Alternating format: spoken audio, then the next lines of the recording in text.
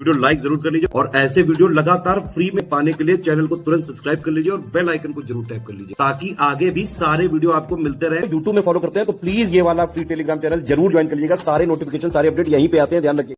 नमस्कार दोस्तों, हिस्ट्री के एक और वीडियो में आपका स्वागत है। तो आइए अपने हिस्ट्री के लेक्चर को कंटिन्यू करते हैं और रिवीजन को अपने जारी रखते हैं। तो सबसे पहला प्रश्न आपकी स्क्रीन पे 151, सुभाष चंद्र बोस की जयंती के उपलक्ष्य में पराक्रम दिवस कब मनाया जाता है? ये सवाल आपको बताना है ना। पराक्रम दिवस की शुरुआत कर दी गई थी तो 23 जनवरी को मनाते हैं और 2021 से इसकी शुरुआत करी गई थी पराक्रम दिवस की, ठीक है, सुभाष चंद्र बोस के जन्मदिन पर। अगला, स्वदेशी का प्रस्ताव 1906 में भारतीय राष्ट्रीय कांग्रेस की कलकत्ता अधिवेशन में अपनाया गया था। इसकी अध्यक्षता किसने की थी? 1906 का कलकत्ता सेशन। तो इसकी अध्यक्षता किसने करी थी? दादा भाई नावरोजी ने करी थी 1906 का कलकत्ता सेशन। आज़ाद हिंद फौज के सदस्यों पर मुकदमा कब हुआ था? When was the case again member of Azad Hind Fauj? इन पर मुकदमा कब हो गया था? 1945 में, ठीक है। आज़ाद हिंद फौज पर मुकदमा हो गया था 1945 में। आज़ाद हिंद फौज के सदस्यों की वकालत किसने फिर करी थी? Who advocated member of Azad Hind फौज? इनकी वकालत करने वाले कौन थे? नाम याद रखना, भूलाभाई देसाई, तेज बहादुर सप्रू, कैलाश नाथ काटजू, ठीक है। ये तीनों ही जो थे इन्होंने एडवोकेट, मतलब जो थे एडवोकेट थे ये लोग आज़ाद हिंद फौज के जितने भी मेंबर थे। कौन कौन? भूलाभाई देसाई, तेज बहादुर सप्रू, कैलाश नाथ काटजू। आज़ाद हिंद फौज की स्थापना सिंगापुर में कैप्टन मोहन सिंह ने कब करी थी? When was Azad Hind Fauj in Singapore founded by captain Mohan Singh? तो किसने करी थी इसकी स्थापना, मतलब कब करी थी? कैप्टन मोहन सिंह ने 1942 में, है ना। आज़ाद हिंद फौज सिंगापुर में कैप्टन मोहन सिंह के द्वारा 1942 में बनी थी, ठीक है। सुभाष चंद्र बोस ने आज़ाद हिंद फौज की कमान को कब संभाला था? अब देखो 1942 में तो ये बन गई, पर सुभाष चंद्र बोस जी ने इसको संभाला अगले साल 1943 में, ठीक है, 1943 में। फिर कह रहा है सुभाष चंद्र बोस ने आज़ाद हिंद फौज की महिला रेजिमेंट का नाम क्या रखा था? बहुत ही फेमस है भाई ये, है ना। तो पता होगा आपको, रानी ऑफ झांसी, जो झांसी की रानी रेजिमेंट था। इसके बाद अगला है एंट्रिम गवर्नमेंट कब बनी थी? तो एंट्रिम गवर्नमेंट के देखिए सारे, पहली चीज़ मंत्री जरूर याद रख लेना कि इसको कौन सा पोर्टफोलियो मिला था, इंपॉर्टेंट है ये। एंट्रिम गवर्नमेंट बनी थी 1946 में। अगला प्रश्न है, एंट्रिम गवर्नमेंट का कौन सा डिपार्टमेंट सही मैच नहीं कर रहा है? देखिए सवाल भी वैसा ही है। तो Vallabh bhai Patel home ministry broadcasting, Baldev Singh defence, अरुण यासैफ अली रेलवेज और लियाकत अली हेल्थ। तो यहाँ पे देखिए लियाकत अली जो है, ये पहली चीज़ फिनेंस पोर्टफोलियो इनको मिला था, वित्त मंत्रालय मिला था इंतरिम सरकार में। और हेल्थ वाला कौन देख रहा था? गजनफर अली खान, ठीक है। कौन? गजनफर अली खान, ये अपना हेल्थ देख रहे थे। अंतरिम सरकार के अध्यक्ष विस्काउंट वेवेल थे। इसके उपाध्यक्ष कौन थे भाई? Viscount Wavell was the chairman of interim government who become its vice president. तो ये कौन थे? जवाहरलाल नेहरू, ठीक है। इसके बाद भारत को दो भागों में बांटने वाली माउंटबेटन योजना कब प्रस्तुत की गई थी? When was Mountbatten plan which divided India into 2 part presented? तो माउंटबेटन प्लान कब आया था जिसने भारत को दो भागों में डिवाइड करा था? यह आया था 1947 में। कब आया था? 1947 में। जवाहरलाल नेहरू ने भारत के प्रधानमंत्री के रूप में कब शपथ ली? When did Jawaharlal Nehru take oath as the prime minister of India? तो जवाहरलाल नेहरू ने प्राइम मिनिस्टर के रूप में शपथ ली थी 15 अगस्त 1947 को, 15 अगस्त 1947। वेवेल योजना कब प्रस्तुत की गई थी? When was Wavell plan introduced? तो वेवेल प्लान इंट्रोड्यूस कब करा गया था? 1945 में। कब करा गया? 1945 में। भारत का संविधान गहरा कब लागू हुआ था? When was constitution of India came into force? तो बहुत ही आसान प्रश्न, भारत का संविधान कब लागू हुआ था? 26 जनवरी 1950 को, और हमने एक्सेप्ट कब कर लिया था? 26 नवंबर 1949 को, ठीक है। When did India liberate Goa from Portuguese? Bharat ने पुर्तगालियों को गोवा से कब आज़ाद कराया था? भारत ने पुर्तगालियों को गोवा से कब आज़ाद कराया था? 1961 में, ठीक है। तो एक फेमस कोट भी चलता है, Portuguese first to came in India, last to went from India, ना। सबसे पहले थे जो आए थे और सबसे बाद में गए थे। भारत का अंतरिम गवर्नर जनरल कौन था? अंतिम गवर्नर जनरल भारत का कौन था इसमें से? तो ये थे सी राजगोपालाचारी। अंतिम गवर्नर जनरल कौन थे? सी राजगोपालाचारी। भारत और पाकिस्तान के बीच सिंधु समझौता कब हुआ था? इंडस पैक्ट साइन कब हुआ था पाकिस्तान के बीच में? तो ये तो बहुत ज़्यादा न्यूज़ में भी, इंडस वाटर ट्रीटी आपको पता होगा। तो 1960 में साइन हुई थी इंडस वाटर ट्रीटी, ठीक है। निम्नलिखित 4 वेदों में से किस एक में जादुई माया और वशीकरण का वर्णन है? मैजिकल चार्म्स एंड स्पेल्स, ये किस में दिया हुआ है? तो ये है अथर्ववेद में। किस में है? अथर्ववेद में, ठीक है। ऋग्वेद, सामवेद, यजुर्वेद। कमेंट बॉक्स में इसको बता दीजिए एक बार, है ना। और दूसरा सवाल कि वेदात्रयी क्या होता है, ये भी कमेंट बॉक्स में आंसर दीजिए आप। अगला, भारत की 1947 में साक्षरता दर साक्षरता दर कितनी थी, ठीक है, साक्षरता दर मतलब लिटरेसी रेट कितनी थी। सही उत्तर क्या होगा इसका, तो 1947 में 18% लिटरेसी रेट थी, कितनी, 18%। और वही 2011 में आप देखोगे तो कितनी हो चुकी है, 74.04%, ठीक है। 1947 में 18% थी। भारत में पहला आम चुनाव कब हुआ था, फर्स्ट जनरल इलेक्शन कब हुआ था भारत में, तो ये भी काफ़ी आसान है, फर्स्ट जनरल इलेक्शन 1951-52 में हुआ था। स्वतंत्र भारत की पहली औद्योगिक नीति कब आई थी, when did the first industrial policy of independent India came, तो ये कब आई थी इंडस्ट्रियल पॉलिसी, तो ये आई थी 1948 में। कब आई थी, 1948 में।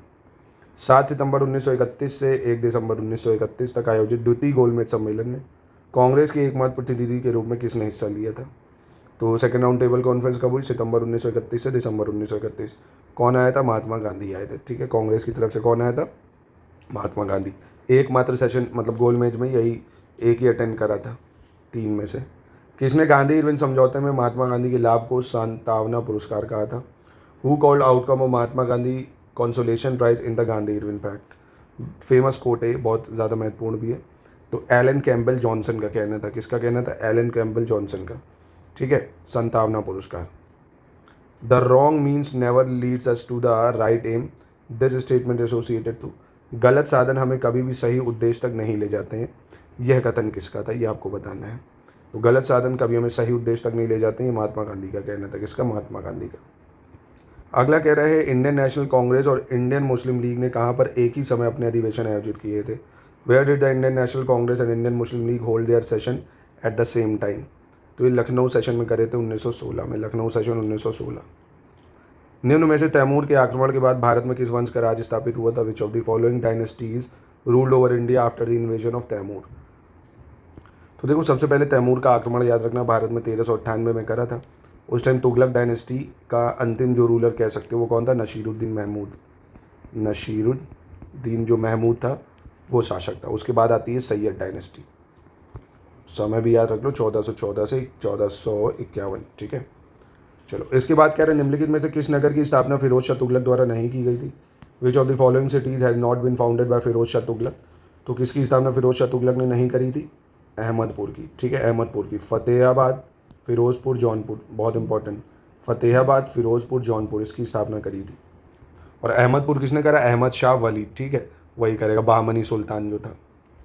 ऋग्वेद के तृतीय मंडल के रचयिता कौन है, who was the author of 3rd division of Rigveda. एक चीज़ और याद रखना, ऋग्वेद के जो मंडल है उनको ज़रूर याद रख लेना, किस मंडल में क्या लिखा है और उसके रचयिता, इससे सवाल बनने के चांसेस बहुत रहते हैं। तो विश्वामित्र ने लिखा है 3rd मंडल, किसने लिखा है, विश्वामित्र ने। अशोक के शिलालेख शहबाजगढ़ी और मनसेरा किस लिपि में है, the script were the inscription Ashoka Shahbazgarhi and Mansera return. तो ये किस में लिखे हुए हैं, इसके इंस्क्रिप्शंस ये लिखे हुए हैं खरोष्टी में, किसमें, खरोष्टी में। फिर कह रहा है by whom the first republic of the world was establish in Vaishali. Vaishali में विश्व का पहला गणतंत्र किसके द्वारा स्थापित किया गया था, तो ये किसने करा था, वैशाली में विश्व का पहला गणतंत्र स्थापित लिच्छवी डायनेस्टी ने, ठीक है। अगला, प्रथम विश्व युद्ध के दौरान निम्नलिखित में से किस गैस का उपयोग किया गया था, which of the following gases was use during first world war. तो वर्ल्ड वॉर 1 के समय कौन सी गैस यूज़ करी थी, बहुत ही खतरनाक, मस्टर्ड गैस। कौन सी, मस्टर्ड गैस, मतलब बहुत ज़्यादा टॉक्सिक होती है, ये जहरीली होती है। निम्नलिखित में से कोल विद्रोह कब हुआ था, which among the following year Kol revolt was occurred. तो कोल विद्रोह कब हुआ था, इनमें से कोल विद्रोह हुआ आपका 1831-32 में। कब हुआ था, 1831-32। और इसको लीड किसने करा था, लीडर कौन थे, तो बुधू भगत, ठीक है, कौन थे, बुधू भगत, याद रखना, कोल रेवेलियन या कोल रिवॉल्ट, बुधू भगत। इसके बाद है स्वतंत्र भारत का पहला मंत्रिमंडल जो 1947 बना, उसके सदस्य और धारित विभाग के संबंध में कौन सा जोड़ा सही नहीं है, ये आपको बताना है इसमें। जैसे जगजीवन राम श्रम मंत्रालय, सरदार बलदेव सिंह रक्षा, जॉन मथाई वाणिज्य और रफ़ी अहमद किदवई संचार। तो देखिए यहाँ पे जो जॉन मथाई है इनको रेलवेज़ मिल गई थी, जो रेलवेज़ है असैफ अली से, जो अंतरिम कैबिनेट में सैफ अली देख रहे थे वो अब इनको मिल गई थी फ्री कैबिनेट में, ठीक है। ऋग्वेद के 1/4 सूक्ति किस देवता से संबंधित है, Rigveda Samhita denote 1/4 of its hymns to. तो इसका सही उत्तर क्या हो जाएगा, इंद्रदेव, ठीक है। निम्नलिखित में से गलत चुनना है, चूज द इनकरेक्ट। उपवेदों की जो संख्या है वो 4 है, वेदांग 5 है, मत्स्य पुराण सबसे प्राचीन है और पुराणों की संख्या 18 है। गलत कौन सा है, तो गलत यहाँ पे कौन सा हो जाएगा, बी गलत है, क्योंकि वेदंगा इसकी बात करें तो 6 वेदंगाज हैं, कल्प, शिक्षा, व्याकरण और ज्योतिष, निरुक्ता, छंद, है ना, 6 वेद अंगाज हैं और मत्स्य पुराण सबसे पुराना, 18 पुराण है, उपवेद 4 है। अब इसमें आपको बताना सही कौन सा। ऋग्वेद में इंद्र को पुरंदर कहा गया है। इसमें इंद्र के लिए 200 सूक्त और अग्नि के लिए 250 सूक्त हैं। अग्नि देवता और मानवों के बीच मध्यस्थ के रूप में काम करते हैं। तो आसान प्रश्न है। दूसरा गलत हो जाएगा क्योंकि अग्नि के लिए कम है, इंद्र के लिए ज़्यादा है। इंद्र के लिए 250 और अग्नि के लिए 200 है, ये उल्टा है। बाकी ये सही है और ये भी सही है, पहला तीसरा। बौद्ध धर्म के संबंध में निम्नलिखित कथनों पर विचार करना है। इसमें ईश्वर और आत्मा को मान्यता नहीं दी गई है। इसमें मध्यम मार्ग को मान्यता मिली है, मिडिल पाथ को, ठीक है। तो इसमें कौन सा सही हो जाएगा? दोनों ही सही हो जाएंगे, ठीक है। बौद्ध धर्म में थेरी का क्या अर्थ है भाई? थेरी का मतलब क्या है? What does theri means in Buddhism? तो क्या होता है थेरी का मतलब? Women who have attain nirvana. तो ऐसी महिलाएं जिन्होंने निर्वाण प्राप्त किया उन्हें थेरी कहते हैं। तो याद रखना, थेरी क्या होता है? वो महिलाएं जिन्होंने निर्वाण प्राप्त करा है बुद्धिज्म में, ठीक है। फिर नल ययार दिव्य प्रबंध। क्या? नल ययारी दिव्य प्रबंध इस किसकी रचनाओं का संकलन है? नलयारा दिव्य प्रबंधम किसकी रचनाओं का संकलन है ये? तो इसका सही उत्तर हो जाएगा अलवर संत की रचनाओं का, composition of Alwar Sen, composition of Alwar Sen, ठीक है। अब निम्नलिखित में से कौन सा युग्म सही सुमेलित नहीं है ये बताना है। लोथल, बनावली, चानुदाड़ो, कालीबंगन, किसने किसकी खोज करी ये बताना है आपको, ठीक है। तो देखिए यहाँ पे चानुदाड़ो की अगर बात करें तो इसकी खोज एनजी मजूमदार ने की थी, एनजी मजूमदार, ये गलत। बाकी लोथल ठीक है, भोगवा नदी के किनारे है और गुजरात में। बनावली आपको पता है आरएसबिस्ट हरियाणा में है। और कालीबंगन कहाँ पे है? कालीबंगन आपका राजस्थान में है। और चानुदाड़ो आपका सिंध प्रोविंस पाकिस्तान में, ठीक है। इसके बाद है निम्नलिखित में से किसने तुंगभद्रा नदी पर बांध बनाकर विजयनगर के लिए नहरें निकाली थी? Who among the following had built canal for Vijayanagar by constructing a dam on Tungabhadra river. तो तुंगभद्रा नदी पर बांध बनाकर विजयनगर के लिए नहर निकालने वाला कौन था? देवराय वन, है ना, देवराय प्रथम। राज्य के सप्तांग सिद्धांत में क्या शामिल नहीं है? द स्टेट सप्तंग प्रिंसिपल इंक्लूड आमत्या, जनपद, कोश या कुई, ठीक है। काफ़ी इंपॉर्टेंट है। आपने रेट 2 देखी ना, कहते हैं कोश मूलो ऐसे कुछ है, दंड थे कुछ, मतलब राजा की जो ताकत है वो कहते हैं ना उसके खजाने में ही होती। भाई खजाना ही नहीं है तो वो राजा किस काम का? वो तो फकीर हो गया, ठन गोपाल। आदमी की इज्जत तो खजाने ही से ना, पैसे से है।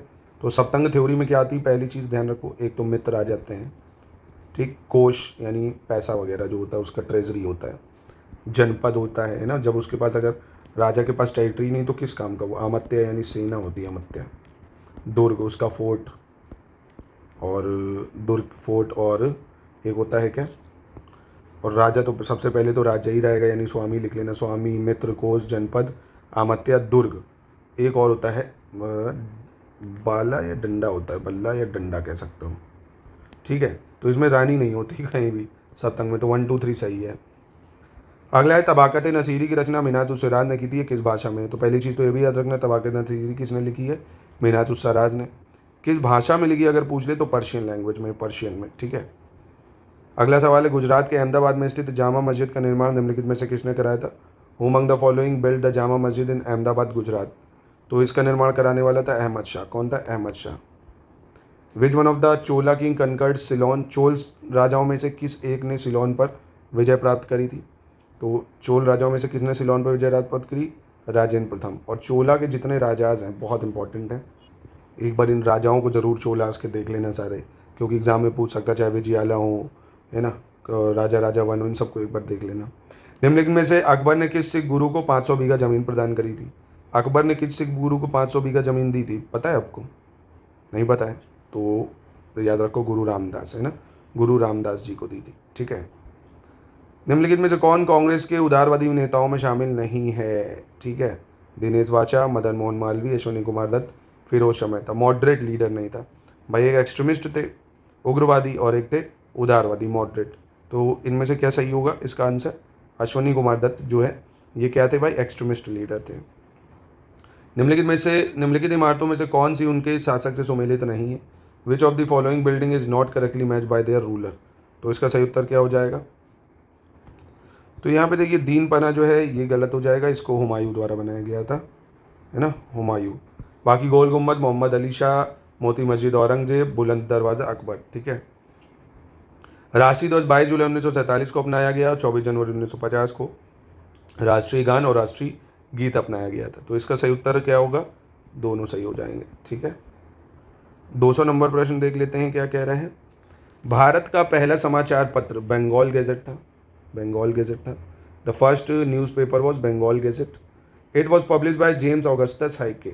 इसका प्रकाशन जेम्स ऑगस्टस हाइके ने किया था। तो ये भी सही हो जाएगा, पहला समाचार पत्र यही था और इसका प्रकाशन करा जेम्स ऑगस्टस हाइके। दोनों स्टेटमेंट सही है। ठीक है, तो यहीं पे करते हैं इसकी समाप्ति। मिलते हैं नेक्स्ट वीडियो में। प्लीज़ रिवीजन अपना जारी रखें।